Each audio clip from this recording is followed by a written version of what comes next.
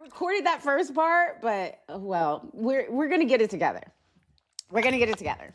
I know that whole first part was amazing, and then no, it's all good. It's all good. So, and first of all, welcome to Over Coffee. Again, where I tell you and I tell people who are watching, I bring the people, the places, the books, the ideas that make life richer in more ways than one. And to me, you are that person who does make life richer. We're not only going to talk about good grief, past the bread, mom is dead. I mean, look at all this. This is when I first read it. You are the best. No. Stop talking so I can tell you you're the best right now. No, You make life richer, girl. Oh, You do. thank you. No, because okay, before we even jump into that, do you have anything? Did you bring a coffee? Did you bring anything? Wait, you're going to laugh at what I bought Tell because me. this has been my calming drink of choice lately. It is non-alcoholic wine.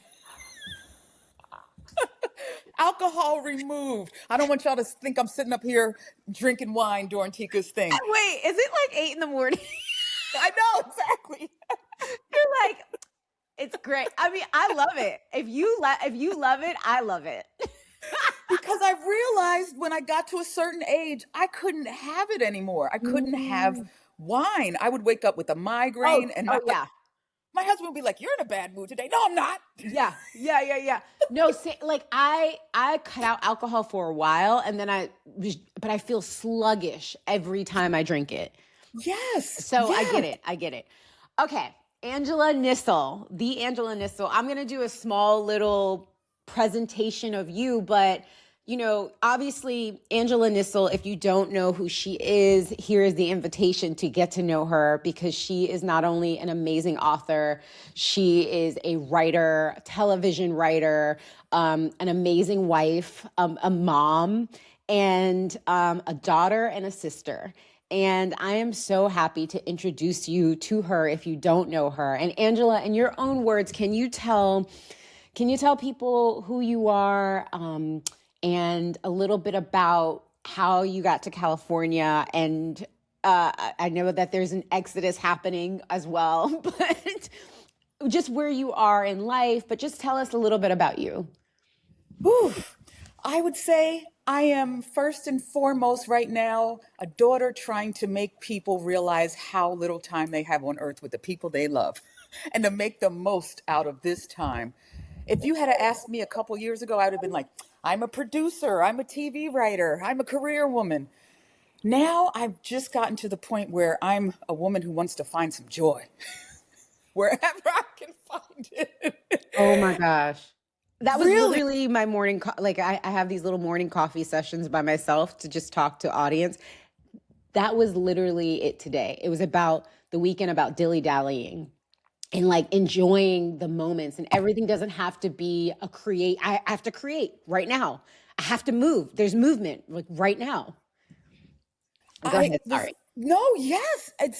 I realize I have been living my life in a constant state of anxiety. And we talk about women being pick-me's for a man.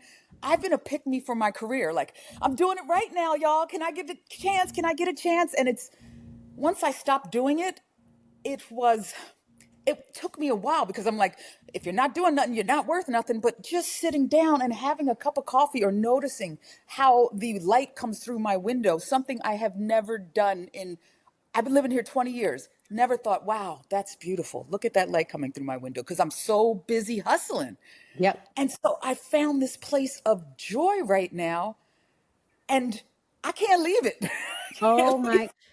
You're such a validation one for me, and just this place why I literally created Over Coffee, because we need to sit down for a second and like think about things bigger than just the work that we have, the hustle, right? Like it's always the hustle. And I think it kind of ties into your book a lot of, what does that look like when we're in a constant state of anxiety, constant state of pressure, constant state of keeping it all here, secrets, and all those things that we're holding, our families. And it's like so many weights are on our shoulders or in our backpacks. And like, that I feel like contributes to sickness, dis-ease, all of it. And so if there can somehow be, and I know people are like, there are no balance in life, you're either this or you're that. I think we better find it, or you may not be here very long. Girl, and my mother raised me like my mother was born in 1946, passed away when she was 64. And I think she raised me like a lot of moms of that era, black moms of that era, who grew up seeing young girls that look like them not be able to do the basic things in life, like go to school without somebody spitting on them and Mm. get a job. And so my mom always had that, okay, girl, the world is yours. You go out and get it. It wasn't there for me. And so, in order to please her, I always felt like I had to be my ancestors' wildest dream through career. But as I reflect on her life, what she really wanted was some space and time to be a grandmom. She hustled her butt off, worked when she had stage 4 cancer. Like you said, just the things she kept inside. I don't want anybody to know I have cancer because they're going to say I'm lazy and I can't work. And I saw that eventually take her life. And I thought, what really is my ancestors' wildest dream? It is to enjoy the time I have here, to figure out how I can be a grandmother and not just see my grandson 1 hour on the weekend because I'm working so much. Just how to be with the people I love more instead of at the end of my life, like she did. Mm. Okay, so I know you didn't tell them all the things, and I'm just gonna run them off really quick. This girl has a Peabody Award. She wrote on Scrubs. We met through Mixed-ish. You were in the writer's room. You became one of my favorite people to bounce things off of, which we always know we need in that world. And then you became my hiking partner. But you are an accomplished writer. Written a book before this. So I'll just rave about you, but I think for me, for good grief, past the bread, mom is dead. I didn't know I can laugh and cry at the same time about death. And, I've had a lot of grief this year, unfortunately, through family members passing away and other things that has happened in my family as well. And it's been tough sometimes. And there's so many parallels in your book that I've seen in my own life. And it truly felt like a friend sitting next to me saying, girl, I see you. I got you. Like, listen to me. Like, hear me, hear my story and your vulnerability in it. I didn't even know some of the things about you, to be honest. And I was people always say vulnerability is the best thing it could be you can have in life. But when you actually put pen to paper and you're vulnerable, it's scary as hell. So, in a part of your book, you speak about being in a mental institution. Yes, yes. I don't think I've known anybody who has been an inpatient. Like, tell me how you got, before we're diving in now. So I'm like, we're diving in. Tell me how you got to that place. And then once you got out, and where in the journey is this with in pertaining to your mom, who you've written about in the book? Whew. This was when I first got out on my own and went to college. And I remember I said, God, I went to University of Pennsylvania, which had a bunch of rich, you talk about Bentleys. I seen Bentleys before I moved to LA. And so I was doing whatever I could to make money. And so I could get $25 for filling out this psychological survey. And I filled it in like, all right, give me my money. They called me back in and said, the way you filled out the survey, you are definitely clinically depressed. And I was like, no, I'm not. Give me my $25. And you I'll filled it just, out truthfully. yes, yes. Yeah. Maybe I should not have. But then I remember thinking, wow, like you said, the weight that we carry and what we carry, especially as Black women, thinking is normal every day. And then I remember just starting college and the weight of the work and not having my family to bounce things off of and be around. I thought, I can't do this. And I just got to a place in my life where I said, I don't want to live. And I'm going to Mhm. figure out how to get out of this because I don't see any happy ending for me. And I didn't even think about how I would make other people feel because I felt like such shit, just to be honest. And so I tried to take my life, and I was rushed to the hospital. And this was in the 90s. And so there wasn't a lot of talk about the hospital. And so I remember looking at everybody else in there being like, oh, I ain't like them. No, y'all gonna get me out of here. Y'all gonna get me out of here. So I literally tried to sign myself out. And the Dr. Baker acted me. I had to go in an ambulance to the judge and stand in front of the judge and tell him, he's like, but your wrist is slit. Yeah, but that's in the past. I'm fine. This is, I know. Wow, you were saying I'm fine while he's literally like, ma'am, I'm good. I remember, wait, girl, I even lied. And this is where the comedy comes from because I think of how I tried to manipulate out of things. And I was like, that's a curling iron burn. He was like, girl, no, it's not. ma'am, it's not. Oh my God. Wait a second. So did your mom know you were going through all of this? Like, cause it's easy to mask. I think people are so good at putting on the mask. Let me be honest, looking back at my mom's life, she was depressed a lot, but she had Jesus, and she felt like that's going to get me through everything. But when I replay my mom just laying in the bed for days, but getting herself up and going to work, and I remember my mom telling me one day after she left my dad that she had thought of suicide. And I was like 12, and I remember being like, wow.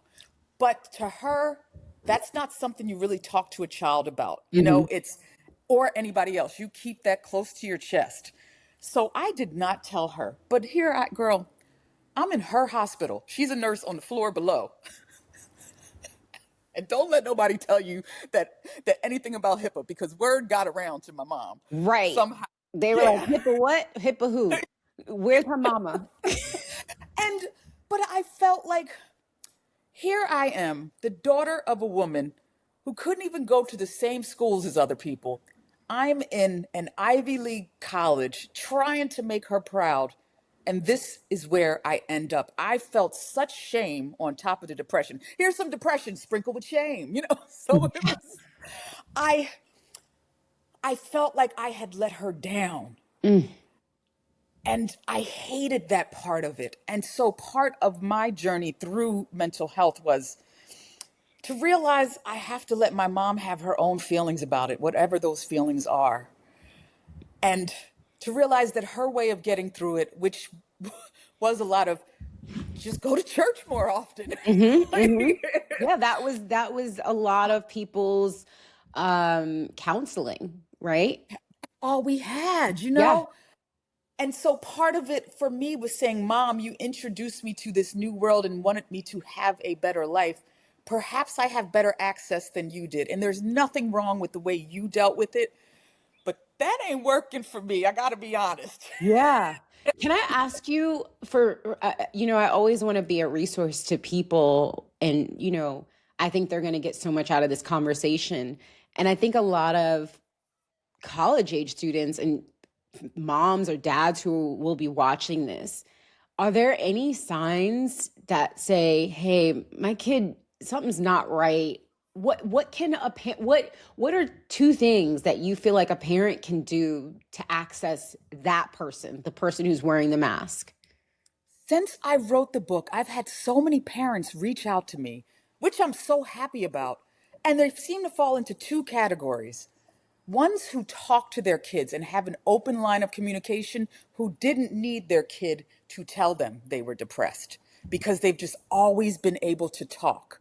And the other ones who say, my kid hid it from me. And for me, I would have to say, look at your relationship with your child and start talking to them honestly. And it is too late once they get in their 20s, because even in a mother-daughter relationship, you have to establish that trust. I have to know, and I honestly didn't have that I could come to you, Mom, and tell you this, and you won't say, well, I had to deal with worse, I had to walk to school. I didn't even have shoes. You're like, okay. So, yes. So your kid, I learned how to hide from it. Also, if my mom struggled so hard as a single mom, I didn't want to put anything on her, and she's the one who taught me how to mask. So think about what you're teaching your child. Start that line of communication openly. I know, Tika, you have with your books, and I see on Instagram you're saying that feeling in your stomach, that might be a good thing. It's telling you something. Nobody taught me that. It's like, you got a feeling? Push it down and get to work. Oh my gosh. Or feeling like you cannot break down in front of your child because you have to be strong. And I got rid of that so long ago. I mean, it sucks, but if I was literally, I was, there's grief in a lot of different ways. I had a miscarriage and I was so angry and I was so sad. And I remember being in bed and just being like crying and all that stuff. And my daughter just came in and she's like, "What's wrong?" And I was able to talk to her in a childlike way, but she saw me crying. She saw me devastated. And she was just like, "Mom, it's going to be okay. It is." And or if I'm like scared about something and I'm like, "What if it doesn't work out, Ella?" She's like, "Well, then you just try something else." And I'm like, what? Like out of the mouths of babes, right? Like showing Oh my real God. vulnerability to your child will teach them how to be in a world and not try to hold everything together, right? Yes, yes, So yes. yeah, so what you're saying is I agree 100%. And I think that's amazing, amazing advice to anybody who is looking toward who has kids now. Cause in their 20s, it's like you're the person already. You're a whole Yes, person. yes, Yes. yes. Okay, so can you talk about Good Grief, Past the Bread, Mom is Dead? What is it about? I know we talked about some things that are in there, but I want to dive deeper into the journey of your mom, why you wrote this book, and has grief helped you become a better person? Ooh. To answer that question, 100% yes. But if you had told me when I was going through the loss of my mom, I'd have been like, I'm gonna hang up on Tika right now. I know the grief makes you a better person. What? Because it's the absolute worst thing I have ever gone through in my life. But partially because when you've lost someone and you're trained to keep it all together and keep your feelings to yourself, you find yourself making other people feel comfortable about your loss. So the title is literally because I was 35 when my mom passed. She was 64 and I was still dating. Had divorced at 30 and I was on the dating scene. And I finally had a guy I liked, and it was the first Christmas, like I said, after my mom passed, and he invited me to his house. And in my mind, I thought, this is a bad idea. This is a bad idea. But I go. And he hadn't prepped anyone that my mom had passed. So his whole family is over there. And one of his cousins is like trying to figure out why this girl is at her house instead of being with her family. What's wrong with her? And I'm sitting there eating. She says, "Oh, how come you're not with your family this year?" And I said, "My mom is dead." It was literally like I had shot Santa Claus. It was like, And everyone was so quiet that I said, I felt so bad. I said, "Can you pass the bread just to stop the silence?" and just fill it in like, okay, guys. So then I'm sitting there like, I'm literally grieving my mom and I just made a rap about her. Pass the bread. My mom is dead. Like, why am I jumping through hoops and filling the Oof. silence when I'm the one that's hurting just to make other people feel good? Why can't I just sit in it and be like, wow, that word really offends you? Think about how much it offends me because my mom's the one who died. Right, right, right. Or do you think it's more, I think people are uncomfortable with death, one. And I also think people don't know what to say. And you are exactly right, because at the start of the book, my mom did what she was supposed to do and finally stopped hiding her cancer from me and told me, "Honey, I am dying." And I said, "Oh, no, you're not." Right. No, you're not. Instead of saying, "Wow, we have such short time together and you are a nurse and you probably know if you are dying," I told her, "No, you're not. I don't know who told you that, but they lied," because To me, it's disrespectful to tell your mom, agree with your mom, be like, damn, yeah, you dying. Like, what am I supposed to do? What are you supposed to say? And she's probably like, I'm the one dying. What? You know what? You're the people at the table. You know? So I literally told her, in the book, I said that when I used to wear a shirt that had too much boob, and my mom be like, "You're not going outside like that." That's what I told her. You ain't dying. I don't know. No, no, no. yeah, This is yeah. exactly how I said it to her. Well, and even, that idea when you in this book, for me, I felt like there was a lot of chasing her validation of Oof.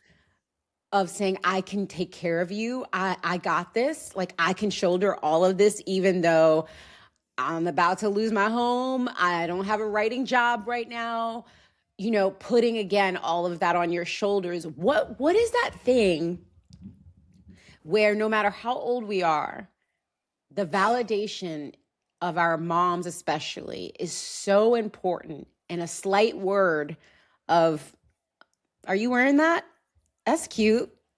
Or no, I'm not going with you, can literally tear us apart. And I felt like a lot of the times in the book you were chasing that stamp. 100%, because my mom and a lot of moms keep things so close to their chest.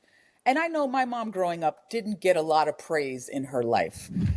And I always say my mom would give out crumbs of praise because she didn't even get crumbs, but that's what she knew. How her job was to keep her kids in line and get them out the house and so they can do well.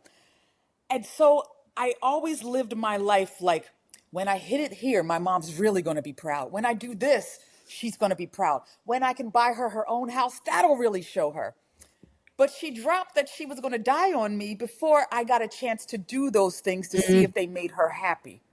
So once she's told me I don't have long to live, it was like a sprint to be like, I'm bringing her to Hollywood. I'm going to lie and act like I got it all together. But I want her to at least, if she has to pass in a place where she can see that she did a good job. Because once you get to a certain age as an adult woman and you realize all that your mom had to do to keep it together, I just wanted her to live a life of luxury because Mm. that was some BS. You Yeah. know, Yeah.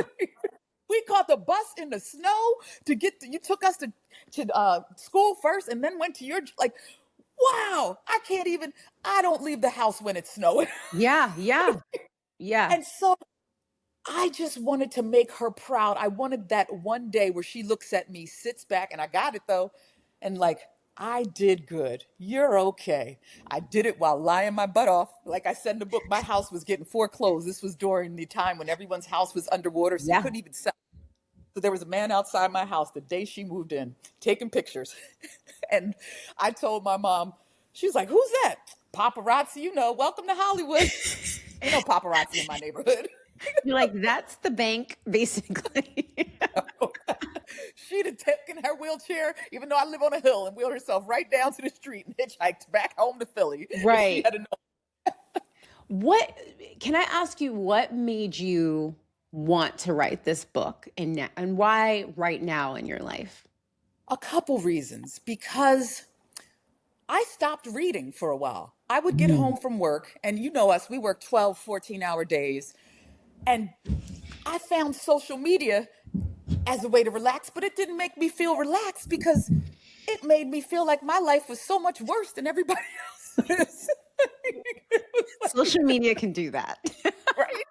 And and I'm guilty of it too. Always trying to show people I'm okay, I'm great. Look, woohoo. And I thought, I'm doing this, but I'm not really great. And I know some of my friends ain't great. I want to write about the hardest time in my life and see if I can build a community of people who are like, you know what? Let's all just be honest with each other. It's a lot easier.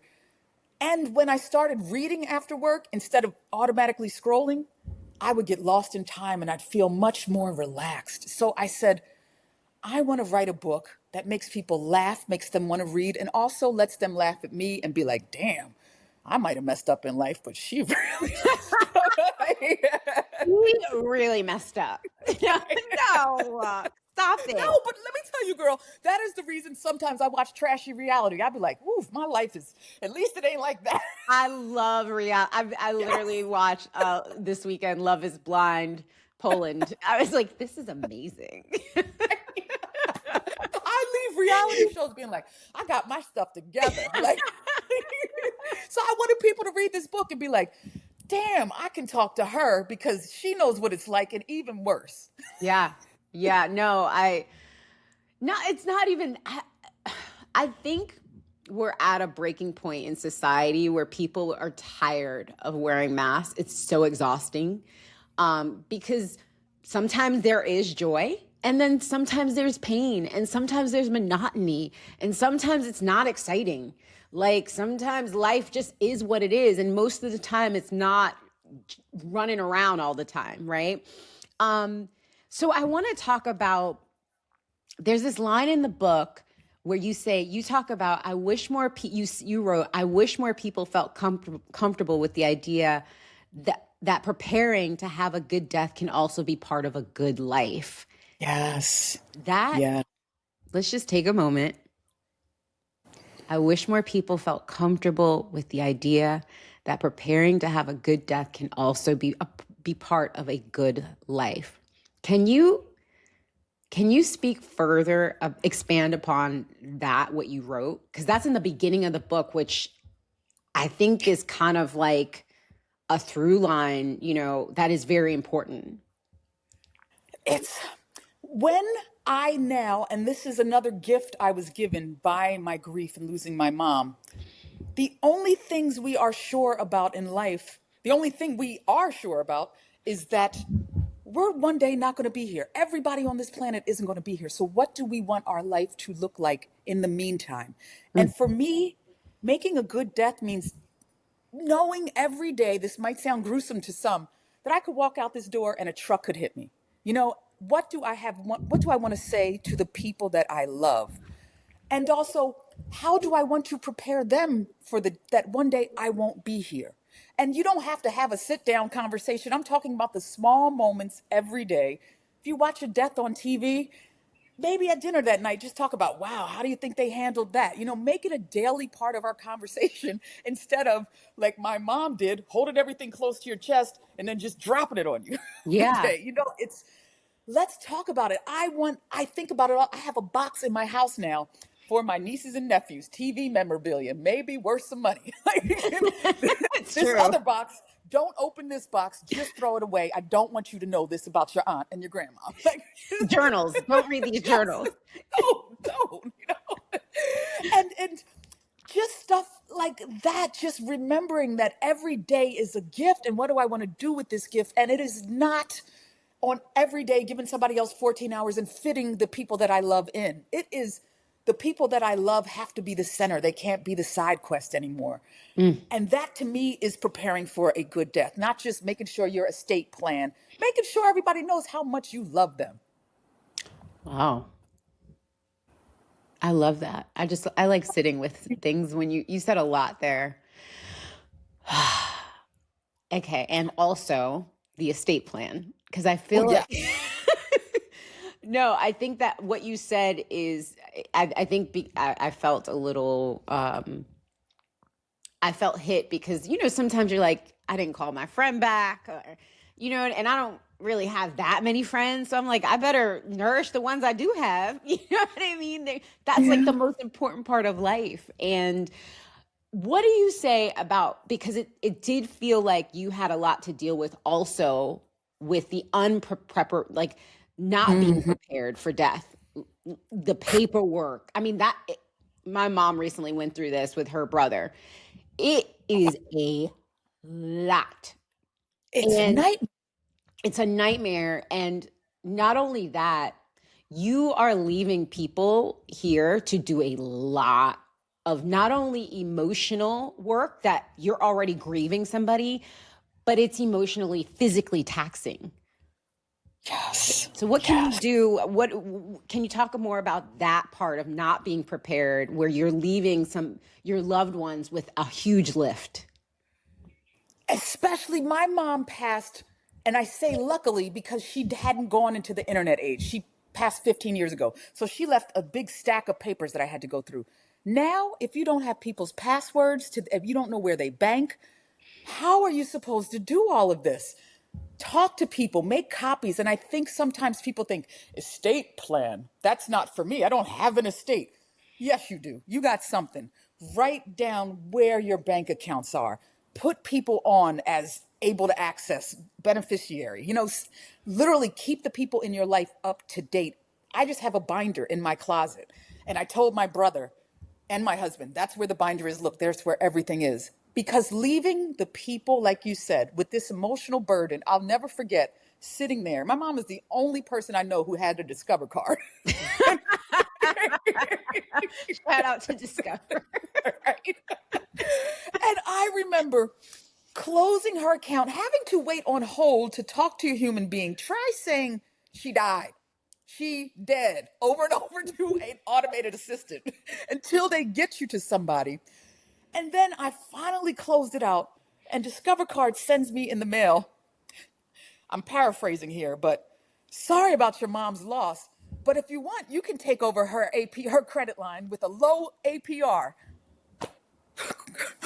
Oh my gosh. That's very odd. Yo, and I'm not the only one. I just thought they didn't want to lose that $20,000 she owed them. And they know legally I'm not in charge of it, but not dumb people, uninformed people will be like, oh, dang, 0% APR in her line of credit, Oh, and then you take on their debt. Yes, yes. I got funeral expenses to pay for. I thought, what a shady thing to do. But yeah, and have these talks like I see people online all the time saying, am I responsible for? No, you are not. Read up on these things because these companies will try to get you at your lowest moment. Mm. It's Okay. yeah. No, My that's mom left me with a lot. Also because she married a man who accused me of kidnapping her. okay. That whole debacle is the stepdad pastor who's not a pastor. That's why you guys have to read this book because it's almost like a sitcom where you're like, this can't be real. There's pigeons living in the house, huh? What? And you're like, I had this bad feeling from the beginning, but I'm going to go along to get along because my mom let me keep a secret. And you know what I mean? Speaking of Yes. secrets, how do you think that plays a role in how you now, and we're going to wrap up soon, but like how you now live your life? I think I am, especially after this book, because even talking to you at the beginning when you were like, I don't know that, I'm like, oh God, Tika knows my darkest secrets. And I'm like, everybody who reads this knows you were in a mental ward, girl. So were so many other people. And thank God because you're here. Yeah, exactly. And it literally makes my day that people feel like they can DM me and say, I'm going through this too. Thank you. Like, that's what humanity is supposed to do. We're supposed to talk to each other and help each other. Yeah. And it just makes my day, and it makes my day so much that I just forgot your freaking question. Oh, no, it's okay. What was I asking you about? I asked you about, oh, what was the question? I feel like it was off the top of my head. So, Sorry. no, it's okay. No, it's okay. We'll move on because I don't even remember because it was something that I just thought about. All good. Oh, secrets. Secrets. Secrets. Thank you. Yeah, secrets. Because I know you were so excited that your mom would allow you to hold her secret, but I think in families, especially, well, I don't know if it's just Black, I think it's a lot of families but it's my experience has been a lot of Black families. We hold so many secrets, like the whole, don't put my business in the street, keep this secret, shh. And then we expect our kids to tell us when somebody's telling us a secret, telling them a secret. Like, it's just like, you can't be this way if you're holding all this stuff. So how has that affected your life and how has that made you move forward differently? I can't stand secrets. I mean, some things, yes, you can keep private. You don't need to go out there and tell everybody your family business. But emotionally, everybody in my life knows that if they're hurting, they can come to me. And that is a process. Like with my niece, she's turning 12. And before 12, she was just Auntie, auntie, auntie. Now I have to work at it because she has other people in her life and she's starting to see like boys are attractive and not ugly. And it's like, but your auntie, so I literally show her through my emotions how it feels when she don't text me back. I am so sad you didn't text me back. I'm sad again. And as a human being, we don't want to make the people we love sad, but she hadn't even thought about that because she's in love with Tyler, the creator. So She's like, whatever. Oh, don't worry. My niece who's in college, she doesn't even text me back. It used to, right? I'm like, girl, I can't even give you your birthday gift. She's like, oh, okay. Like, But see, I'm trying to train my niece because I've seen it happen with my nephew. I didn't, as the adult, keep the line open and say, I'm sad or I'm upset that you didn't text me back. Please don't. This hurts. It really hurts. I feel like you don't love me.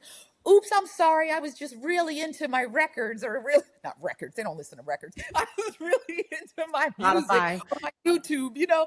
And so it's establishing that line of communication so that emotional communication more than just, hey, what you doing? What you listening to? How's school? How are you feeling? Mm. And teaching her and my bonus daughter and my grandson that feels good to have somebody listen to your emotions. It Mm-hmm. feels good. And so we don't need to keep secrets. If you have something that you're hiding because you're ashamed, tell me. And I promise I won't tell your dad unless something that's going to kill you.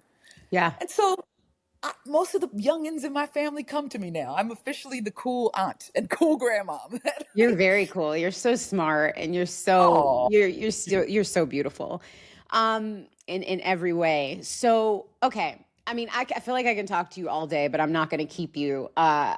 The last scene in your book where your mom is in hospice, I was crying because my mom had a very similar situation. She died actually in her former home. Her mom died in her arms and her singing to her mom. And it was just like and literally I was like, it was like I was watching a movie between your mom and you.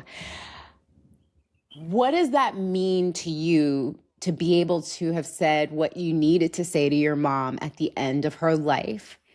And what would you say to people who are in a situation similar where they're dealing with this? And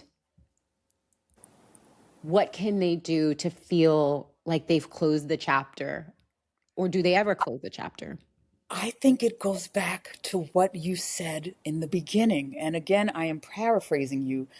Stop trying to be productive. I think one of the biggest issues I had when my mom was passing was, how can I fix it? How can I do this? Well, I know she wouldn't want her hair to look bad while she. No, no. Stop the hair, sit there and just hold her hand. Ask her what she wants to talk about. I think a lot of the things that I read were like, ask your mom, ask people what they want to tell you before they die. No, that's too much pressure. Well, in the beginning, when I was 2, Yeah, right? No, ask questions like, what was your favorite meal? What was your favorite Christmas? Because I'm glad I asked my mom those questions because those are the things I think about now. I never knew. I never knew like what her favorite food was, what her favorite Christmas was. And just getting them to remember all the joys in life and let them know that let them know that you're okay. Because I think from what I've seen of my mom, a mom's going to be worried about you until she takes her very last breath. Make them laugh. I put flowers behind her ear. Just have moments instead of trying to keep doing things. And the best thing I did was just hold her hand. And to this day, I can think about what her hand feels like in mine and what she smelled like because we spent that time together. Oh, it was beautiful. You know what's not beautiful? Getting a call telling me that she had passed and I wasn't there to be there. So as weird as it may seem for some people to say it's beautiful, no, I was there with her until the end and she knew I loved you. And those were the last words she heard. She also heard me tell her, you could come back and haunt this room if you need to. You ain't never leaving me. We just had mother-daughter moments and it was fantastic. If she had to go, there's no way that I would have rather her gone than with me by her side and my brother. I love it. Well, where can people eat up this yummy goodness? Oh, you can eat it up at any place that sells books. It's also on Libro.fm, which helps your favorite local bookstore in case you don't want to go out and you don't have time to read. It's a great site and it will help any local bookstore of your choosing. But you can get it anywhere from Amazon to the smallest bookstore. Just ask them where it's at. Perfect. And where, if people want to follow you, where can they follow you at online? Online, I'm always at Angela Nissel, Nissel. Anywhere that you can find me online, that's where you'll find me. Fantastic. Angela Nissel, thank you so much for joining me over coffee. You have definitely made our lives much richer. Thank you. Thank you for having me, Tika. I really appreciate you. Thank you, I sis. love you. Love you too.